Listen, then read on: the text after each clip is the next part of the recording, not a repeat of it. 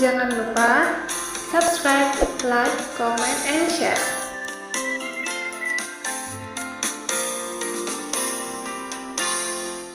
Hi millennials, welcome back to your online TOEFL class at Millennial Academy. So how is everybody doing today? Yep, hope everybody's doing great. And with Mr. Henda today, we're going to talk about a new topic. It's about the inversions. Okay, so inversion is basically mean inversion. So dibalik ya, ada sesuatu yang ditukar posisinya antara A dan B, kemudian menjadi B dan A.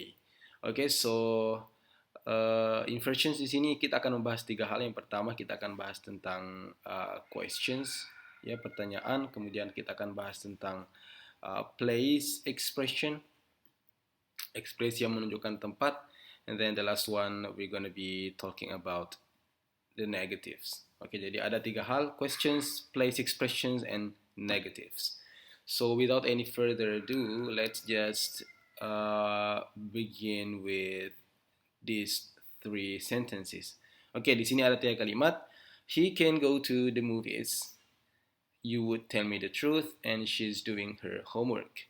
Nah, perhatikan teman-teman, ketiga kalimat ini pada dasarnya adalah kalimat yang biasa-biasa saja. So, biasa kita istilahkan kalimat positif atau affirmative sentence, whatever you may call them. Okay, so let's begin with the first one. He can go to the movies. Dia bisa pergi ke apa? Bioskop. Nah, perhatikan kalau kita mau invert, kalau kita mau balik ketiga kalimat ini menggunakan menjadikannya questions. Ya, kalau kita menjadikan kalimat ini questions, pertanyaan, maka aturannya harus dibalik. Di sini ada can, di sini ada would. Ini masing-masing adalah kata kerja bantu ya, atau helping verb.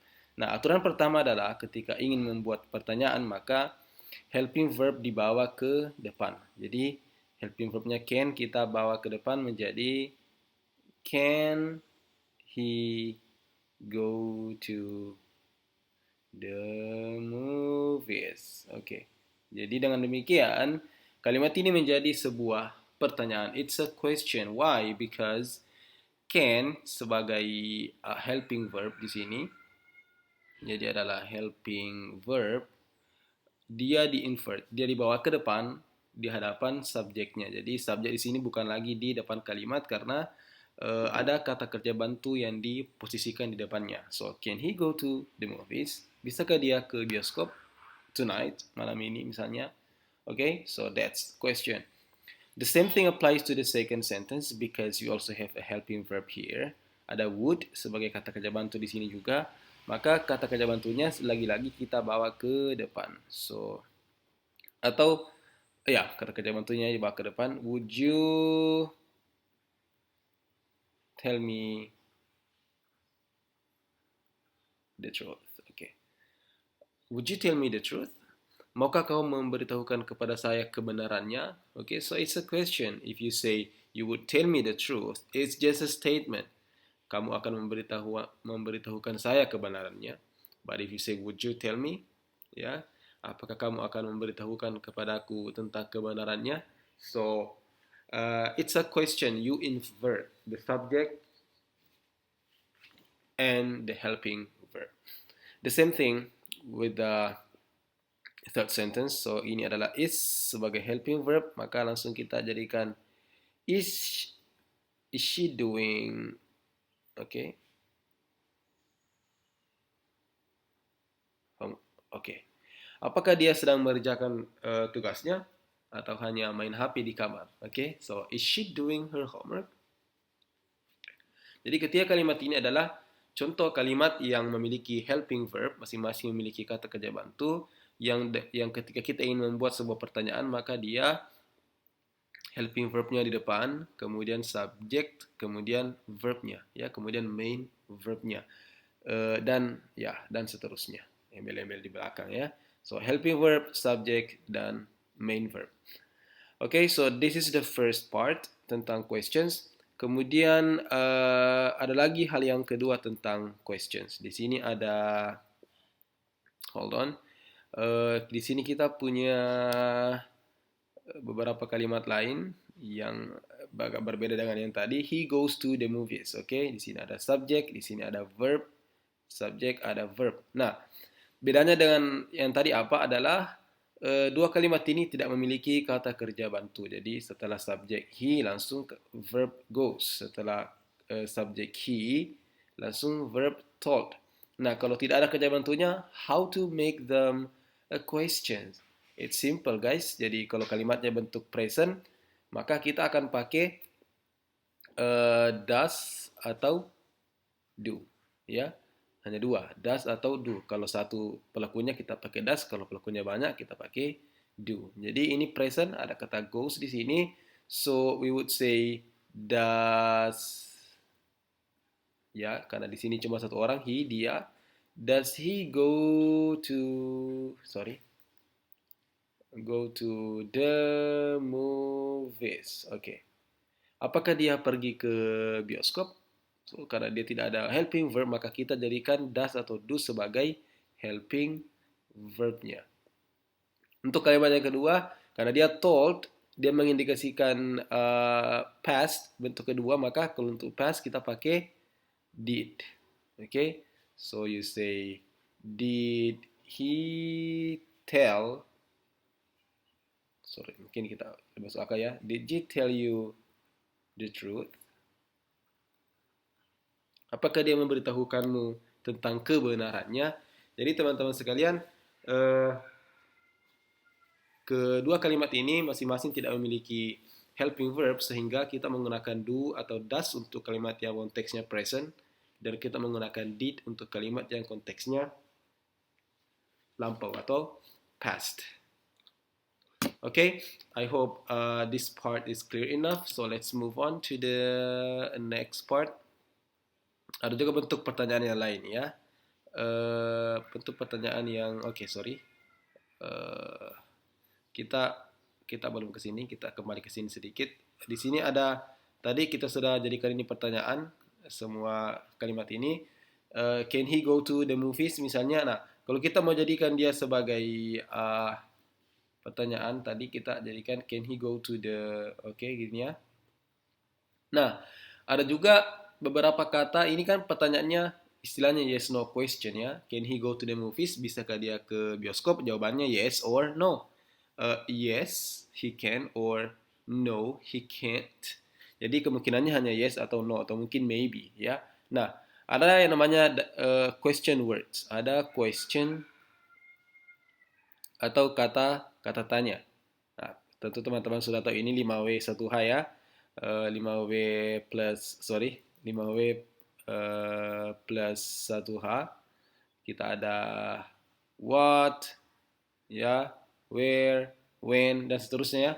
Kita tidak perlu bahas satu. Jadi, untuk membuat pertanyaan menggunakan question words ini tidak susah ya, karena kalau teman-teman sudah bisa membuat yes no question seperti he can go to the movies menjadi can, saya kehilangan subjek di sini.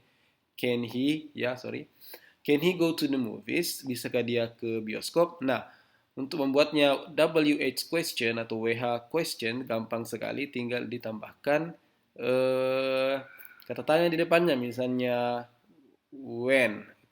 When can he go to the movies? Kapan dia pergi ke bioskop? Nah, jawabannya bukan lagi yes atau no, tapi besok atau nanti malam atau besok sore dan seterusnya. Sudah bisa lebih panjang daripada sekadar yes or no. Sama dengan ini, kalau saya katakan, would you tell me, would you tell me the truth? Kemudian saya mau katakan, why would you tell me the truth? Kenapa kamu ingin memberitahukan kepada saya kebenarannya? Why? Jadi jawabannya bukan lagi yes or no, but kenapa? Jadi jawabannya karena bla bla bla, bisa panjang ya, bisa sampai satu paragraf. So is she doing her her homework? Nah, apakah dia sedang mengerjakan tugasnya? And then you put where? Where is she doing her homework? Di mana dia mengerjakan tugasnya? Oh, di kamar. Oh, di sekolah. Oh, di rumah teman dan seterusnya. Oke. Okay? So, WH questions dengan yes no questions are basically the same ya. Konsepnya sama. Kita menginvert ya, kita membalik antara subjek dan verb. Kalau kita ingin membuat ini question word, tinggal diberikan kata tanya di depan kalimat tersebut. Oke ya, sama dengan tadi yang contoh yang kedua ya, dua kalimat yang tadi yang tidak ada helping verbnya. Untuk membuatnya pertanyaan sama, kalau kita jadikan di sini does he go to the movies misalnya ya. Oke, apakah dia pergi ke bioskop? If you want to put a question word, you can just put one of the question words here. Misalnya, why? Why does he go to the movies? Kenapa dia pergi ke bioskop? Ya, bla bla bla. Because he wants to watch his favorite movie, for example.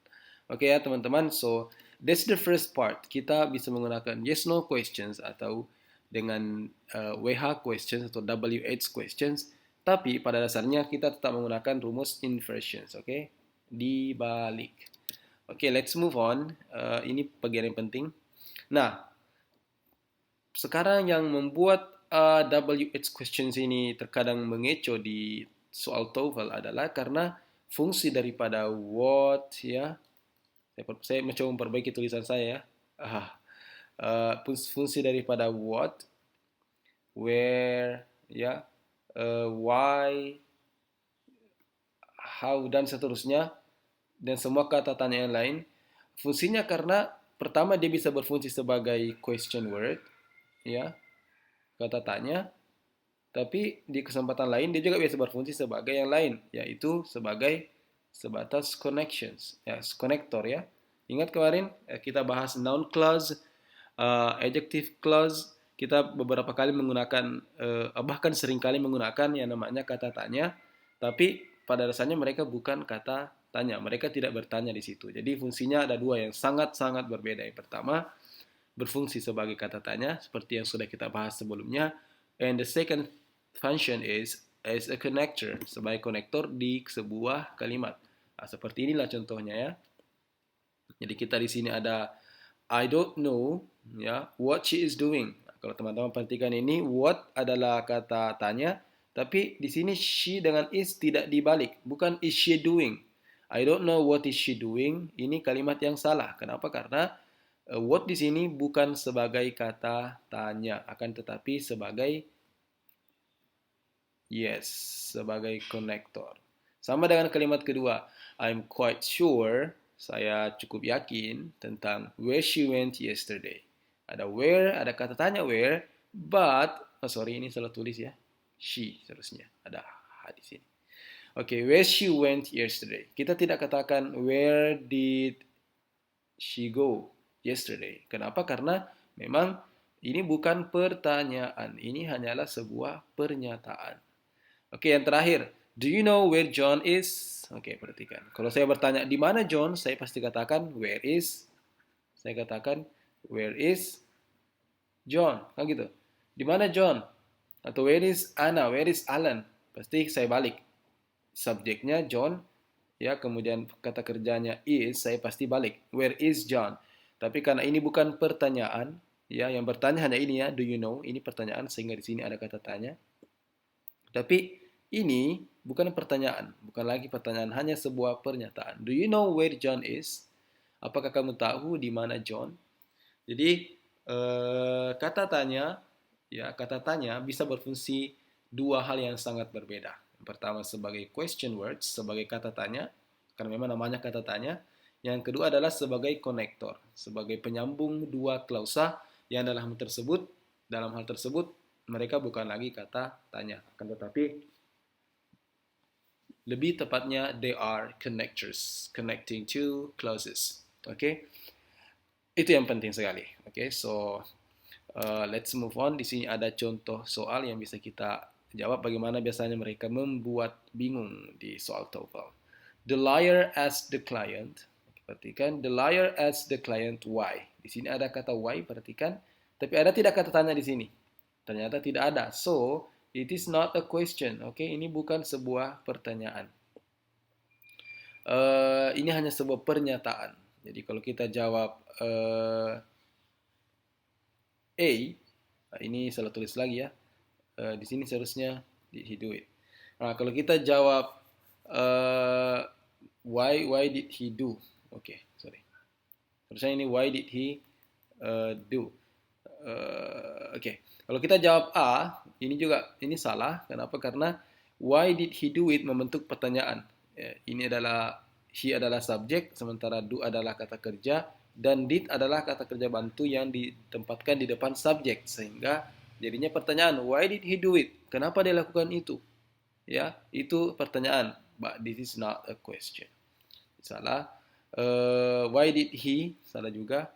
Why he did it? Nah, ini yang benar, karena setelah konektor ada subjek dan ada kata kerja did, bukan lagi dibalik, karena dia tidak membentuk pertanyaan. So jawaban yang benar adalah C ya. The lawyer asked the client, pengacara tersebut bertanya kepada kliennya, kenapa? Ya, why he did it? Kenapa dia melakukan hal tersebut? Ini juga salah ya. So the answer is C. Oke teman-teman sekalian, saya harap pembahasan tentang questions ini cukup jelas. Jadi yang pertama tadi kita butuh aware tentang cara membuat pertanyaan, yakni dengan cara di-invert, dibalik. Yang pertama tadi kita ada helping verb dulu, baru subject, baru verb. Yang kedua, tadi kalau tidak ada helping verbnya, kita bikinnya, kita ada-adakan saja, do, does, atau did, kemudian muncul subject dan muncul verb, dan bla bla bla ya. Nah, itu yang pertama tadi penting. Kemudian kalau kita mau pakai WH questions juga bisa, kita pakai WH questions, kemudian helping verb, kemudian subject, kemudian verb, bla bla bla. Oke. Kemudian ternyata WH question ini atau question words ini, kata tanya tersebut tidak selalu berfungsi sebagai pertanyaan, akan tetapi bisa juga berfungsi sebagai konektor, sebagaimana yang setelah kita bahas di soal barusan. Oke. So you should be aware of those question words. Be careful. You need to know where they function at, like when they function as a question word or when they are functioning as a connector. So I hope it should be enough for this part. If you have any questions related to our lessons about the questions, please feel free to ask me on our WhatsApp group. Mr. Hendra out.